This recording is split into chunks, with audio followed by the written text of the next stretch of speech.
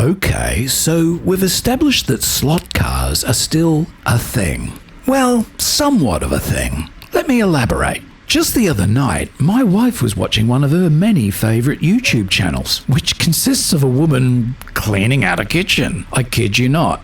I think they call them decluttering videos. Anyway, I was fascinated to see how many people would subscribe to such a channel, and I was astonished to discover they had over 175,000 subscribers. All of them looking on while she rearranges the kitchen pantry and labels her bags of rice. Meanwhile, the best that we can do here in the slot car space is a few thousand subscribers at best. In fact, I'm yet to stumble upon anyone who has 10,000 or more. Really puts things into perspective. But then I got to thinking, what if we could change that? What if there was a way of taking slot cars from being somewhat of a thing to one of the things? Now, wouldn't that be amazing? Oh, who am I kidding? That'll never happen. Suppose I better get to work. Hang on, what if I stripped down to my undies and cleaned out the swimming pool? Maybe that'd bring in thousands of subscribers. Nah.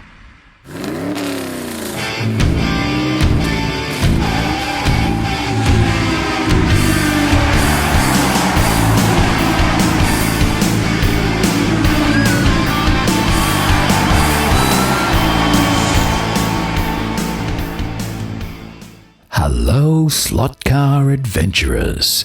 And after a short little break, it's good to be back with a new season of episodes and lots of new content.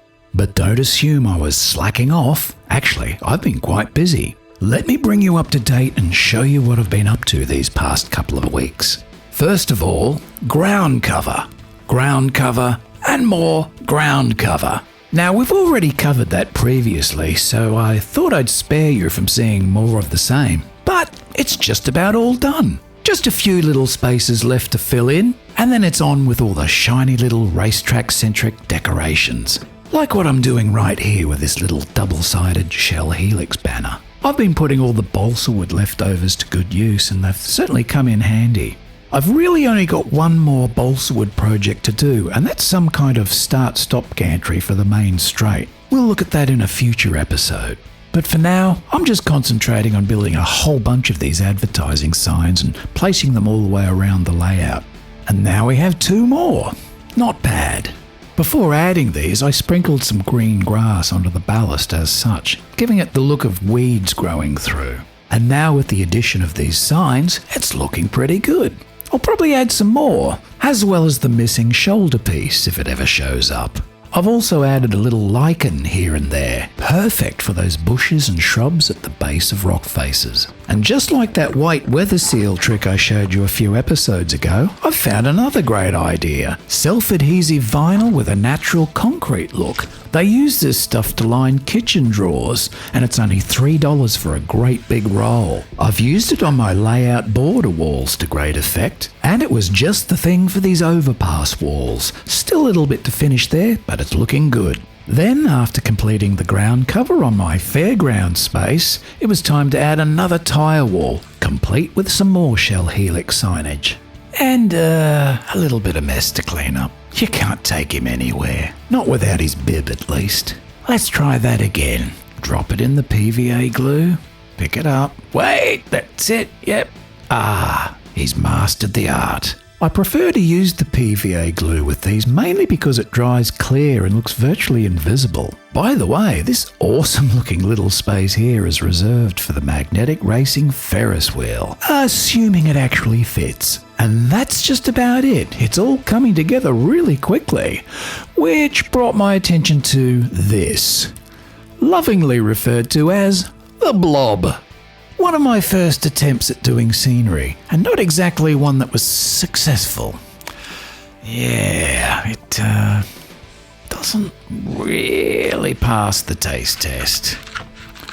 So I've decided to just, in everyone's best interests, to pick it up and throw it away. Yeah, bye-bye. Leaving us with a nice, clean, blank canvas to start over with. First up, let's put down some more of those manila folders. You see, none of this scenery is actually permanent. It can all be removed and stored away. And if we were to say completely change the layout, most of it'll actually fit, depending on the way it's configured. Each section of scenery is just like another piece of Carrera track. It all fits together. Pretty clever, huh? Now I'm sticking down these cardboard edges just so they don't buckle up during the drying process, which has happened before. But a simple little strip of sellotape seems to fix that problem without any issues whatsoever. And there you are, we're ready to dive into this. But before we proceed, let's figure out what we're doing here. Yeah, it might be a good idea. How about we have this Marshall Tower and this magnetic racing sign? How about the Marshall Tower? And instead of the sign, how about a spectator stand? That's not bad. I guess we could do the billboard sign, the spectator stand, and how about the Marshall Tower as well? That's a bit busy. Far too much going on. How about we just make it an exclusive magnetic racing corner? That's looking pretty good. And we can dress it up with a few little extras as well. First up, after stressing over the exact positioning of these items, I'm just drawing around them so I've got a rough idea where to sprinkle things. It's nothing too critical, just a rough guide. I'll probably end up ignoring it altogether. Actually, at this very moment, I don't know what the hell I'm going to do. Not that you needed to know that. But what I'm trying to do here is a rapid-fire scenery build in under an hour. Think we can do it? Of course we can.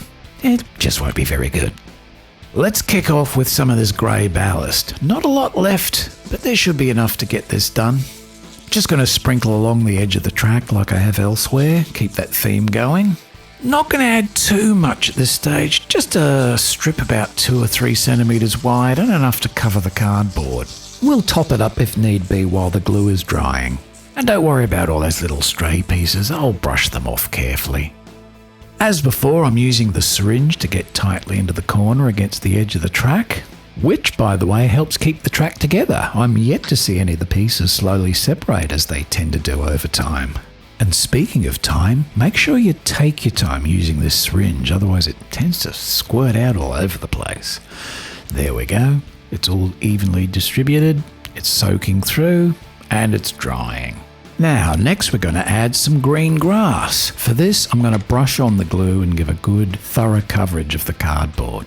No special technique here, just slop it on and spread it evenly across the space. Then take up your shaker and carefully sprinkle the grass to taste, unlocking your inner artist, or something like that. Fartist is probably more an apt description of my technique. Now, let's add some of this. I found it hidden amongst all our old model railway stuff. I'm going to try and use it to simulate some pathways and the like. Kinda like that. Yeah, kinda. Don't worry, I'm sure it'll get better. Just keep throwing it on there. Yeah. And then to finish off this masterpiece, we'll give it a thorough dousing with the glue mix using this spray bottle. Maybe. There it is. Just cover the whole area until it's all well saturated. And when it resembles something like happy hour at a West End brothel, you know you've done your job. Oh, I feel sick. And now for our trusty bag of lichen. We'll add a little bit there, right in the corner. And a second one there, covering the pebbles and the grass. And how about another one here on the corner? That'll do. And let's throw some rocks in there, eh? I got these out of the garden, free of charge. Hope the neighbours don't mind. And with all these frickin' boxes of tyres I bought, let's build another tyre wall. Yeah, there we go.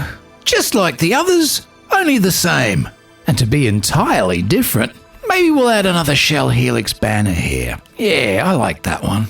And there you go, the final tyre for this corner. Okay, we're doing well, that's looking good. Now let's add in the pieces. First our triangular billboard tower. Somewhere there, can't see the pencil mark, duh. And with that one approximately in place, let's get the spectator stand. Plonk it there in between our pathways. Yeah, that's beginning to take shape. Much better than the old blob, that's for sure. But it needs a few little extras. Just a few. First of all, I've rescued the magneticracing.com from the blob. And then over here I've added a little expanding foam offcut and doused it with glue and grass. Then I'm adding a couple of our nice AliExpress trees. And there you have it. Magical. And by the time we populate it with some spectators, both sitting and standing, our exclusive magnetic racing corner will look great. And now for an all-new segment. It's time for... Where's Betty? Where did that girl go? Our girl Betty is usually very punctual and reliable, but early today, she just suddenly disappeared. And no one's seen her since. Can you help us find Betty? She's got to be somewhere. Keep your eyes peeled.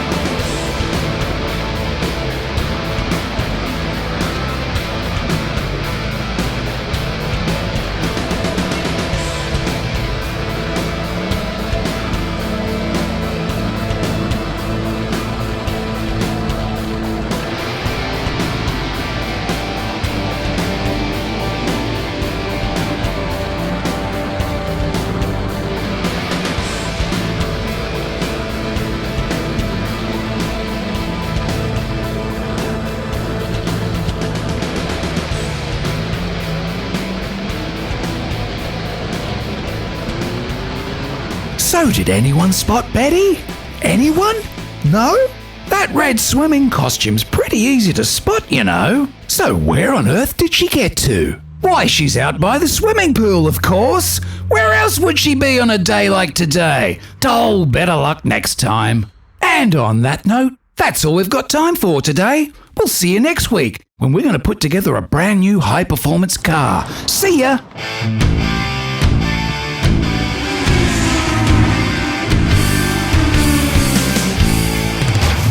Slot car adventures and our swimming pool maintenance too. 100,000 subscribers, here I come.